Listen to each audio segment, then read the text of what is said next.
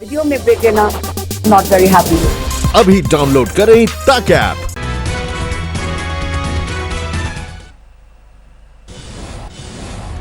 दिल्ली में कोरोना के कहर ने स्वास्थ्य मंत्री सत्येंद्र जैन भी प्रभावित, बिगड़ी सेहत, कोरोना पॉजिटिव है सत्येंद्र जैन की दिल्ली के मैक्स साकेत हॉस्पिटल में हुई प्लाज्मा थेरेपी। कल शाम को सत्येंद्र जैन की तबियत बिगड़ने के बाद मैक्स हॉस्पिटल में कराया गया था शिफ्ट। सोमवार देर रात को सत्येंद्र जैन को तेज बुखार के बाद सांस लेने में हुई तकलीफ, फौरन अस्पताल में कराया गया भर्ती। सत्येंद्र जैन की पहली कोरोना रिपोर्ट नेगेटिव आई थी, लेकिन दूसरी कोरोना जांच में कोरोना पॉजिटिव पाए गए थे दिल्ली के स्वास्थ्य मंत्री सत्येंद्र जैन। चीन के साथ रहे तनाव पर प्रधानमंत्री मोदी ने बुलाई सर्वदलीय बैठक, कहा हमारे 20 जवान शहीद, लेकिन दुश्मन को भी सिखाया सबक।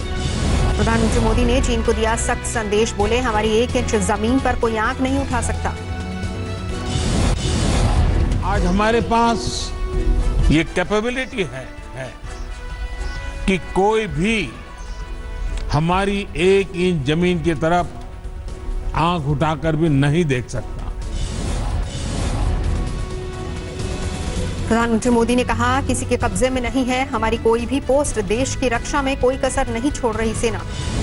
पीएम बोले लद्दाख में शहीद हुए सैनिकों को के परिवार को देश कर रहा है नमन, सीमा पर चट्टान की तरह खड़े हैं जवान। सर्वदलीय बैठक में ज्यादातर पार्टियों ने जताया सरकार का साथ, बीजेडी और पूर्वोत्तर की पार्टियों ने कांग्रेस को बेवजह सियासत करने को लेकर कोसा। ऑल पार्टी मीटिंग में ममता बनर्जी ने किया चीन के मामले पर सरकार का साथ देने का ऐलान, बोला विपक्ष को पूरी जानकारी दे सरकार। बीएसपी सुप्रीमो ने किया सरकार के कदमों का समर्थन, आर्थिक मोर्चे पर भी चीन पर दबाव बनाने की सलाह। चीन से तनातनी के बीच लद्दाख के सरहदी इलाकों में भारतीय वायुसेना की हलचल तेज, फाइटर प्लेन और हेलीकॉप्टर्स ने भरी उड़ान। सरहद पर तनाव के बीच लद्दाख दौरे पर पहुंचे एयर चीफ मार्शल कल सेना और सेना प्रमुख और सीडीएस बिपिन रावत के साथ बैठक के बाद किया सरहद का रुख। प्रधानमंत्री मोदी और चीन के राष्ट्रपति शी जिनपिंग के बीच फोन पर जल्द हो सकती बातचीत, सुखोव यूनिवर्सिटी के चेयर प्रोफेसर विक्टर गाओ ने इंडिया टुडे को दी जानकारी। विक्टर गाओ ने कहा अगर दोनों देश केवल सैन्य अफसरों को बातचीत के मोर्चे पर लगाएंगे तो समस्या बढ़ेगी। हालात को संभालने के लिए जरूरी है दोनों नेता आपस में बात करें। गलवान घाटी की घटना पर करगिल के कांग्रेस पार्षद जाकिर हुसैन का विवादित बयान, ऑडियो वायरल होने के बाद केस दर्ज। करगिल के पार्षद के खिलाफ लद्दाख में भड़का गुस्सा, लेह में बीजेपी सांसद नामग्याल ने किया चीन का पुतला दहन।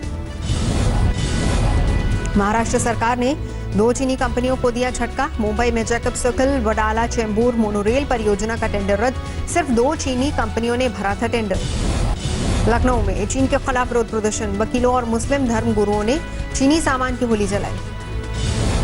ठाणे में महाराष्ट्र नवनिर्माण सेना का चीनी कंपनी के खिलाफ प्रदर्शन, चीनी कंपनी यहां कमर्शियल और रेजिडेंशियल कॉम्प्लेक्स बना रही है। ईटानगर में भी चीनी सामान को जलाया गया, गलवान घाटी में चीन की हरकतों से नाराज हैं लोग। ग्वालियर में चीनी कंपनी के इको ग्रीन के खिलाफ लोगों का मौन प्रदर्शन, लोगों ने चीनी कंपनी का टेंडर रद्द कर भारतीय कंपनी को देने की मांग की। रीवा के फरेंदा गांव में शहीद दीपक सिंह को दी गई अंतिम विदाई, मुख्यमंत्री शिवराज सिंह चौहान ने अर्थी को दिया कंधा। गलवान घाटी को लेकर चीन की दिखी बदनीयती, चीन के विदेश मंत्रालय ने किया भड़काऊ ट्वीट, गलवान घाटी को चीन का हिस्सा बताया, चीनी सेना की लगातार गश्त का दिया हवाला। चीन को लेकर एयर चीफ मार्शल का बड़ा बयान, कहा चीन ने गलवान घाटी इलाके में बढ़ाई अपने सैनिकों की तैनाती। Air chief marshal R K. Singh ने कहा एलएसी पर मौजूदा हालात पर है हमारी नजर, किसी भी चुनौती से निपटने के लिए एयरफोर्स तैयार। हैदराबाद में एयरफोर्स की combined graduation parade, air chief martial Rakesh Kumar ने ली सलामी।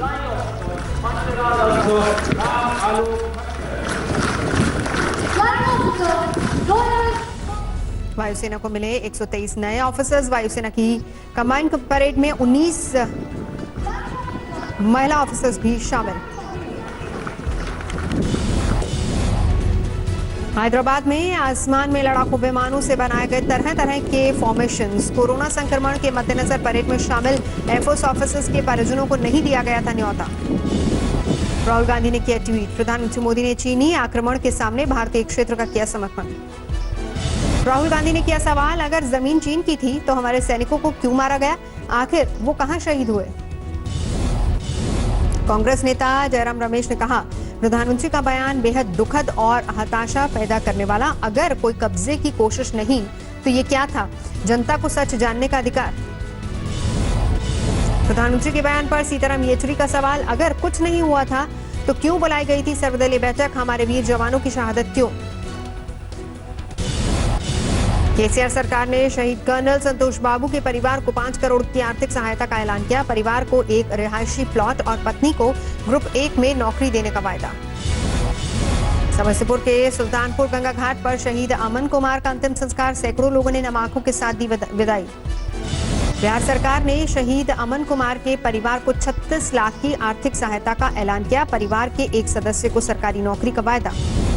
गंगोत्री धाम में पुरोहितों ने की मां गंगा की विशेष पूजा अर्चना। गलवन घाटी के शहीदों को दी गई श्रद्धांजलि। नोएडा की इंडस्ट्री से जुड़े संगठन ने कहा, चीन की कंपनियों में बने सामान का नहीं करेंगे इस्तेमाल। गलवन घाटी में चीन की हरकत से नाराज। मध्य प्रदेश के मुख्यमंत्री शिवराज सिंह चौहान ने जनता से की अपील, चीन में बने सभी सामानों का बहिष्कार करें। शिवराज सिंह चौहान ने कहा, हमारी सेना चीन को देगी माकूल जवाब, लेकिन हम आर्थिक रूप से भी उसे तोड़ेंगे। कोरोना काल में जनता पर लगातार दोहरी मार, बढ़ती ही जा रही हैं तेल की कीमतें। पेट्रोल फिर 51 पैसे प्रति लीटर महंगा हुआ। डीजल के दामों में भी लगी आग। आज प्रति लीटर 61 पैसे महंगा हुआ डीजल।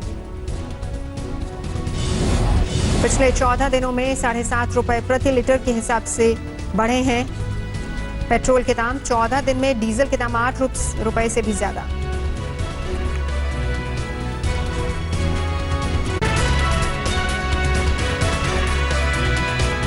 नमस्कार, मैं हूं अंजना ओम कश्यप। हमें उम्मीद है ये वीडियो आपको पसंद आया होगा।